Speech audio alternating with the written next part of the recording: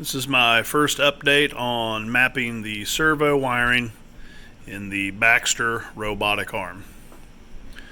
And the first servo wired to an A4988 motor driver that's getting signals from a Raspberry Pi 4.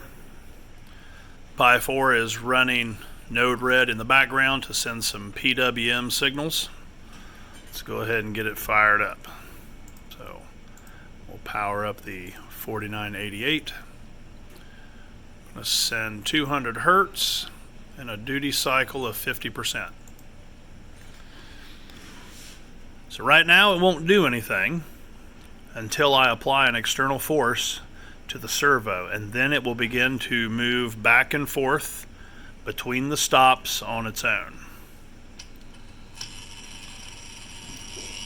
So it's going to make contact with that stop and then boomerang in the other direction.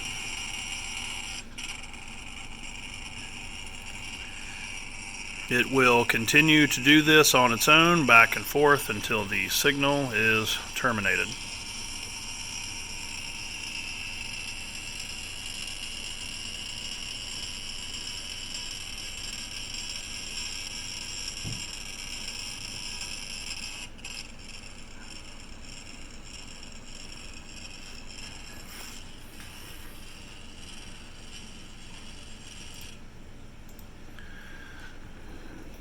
Next, I'll look at sending direct position commands to drive it to a specified location. Until then, sails up.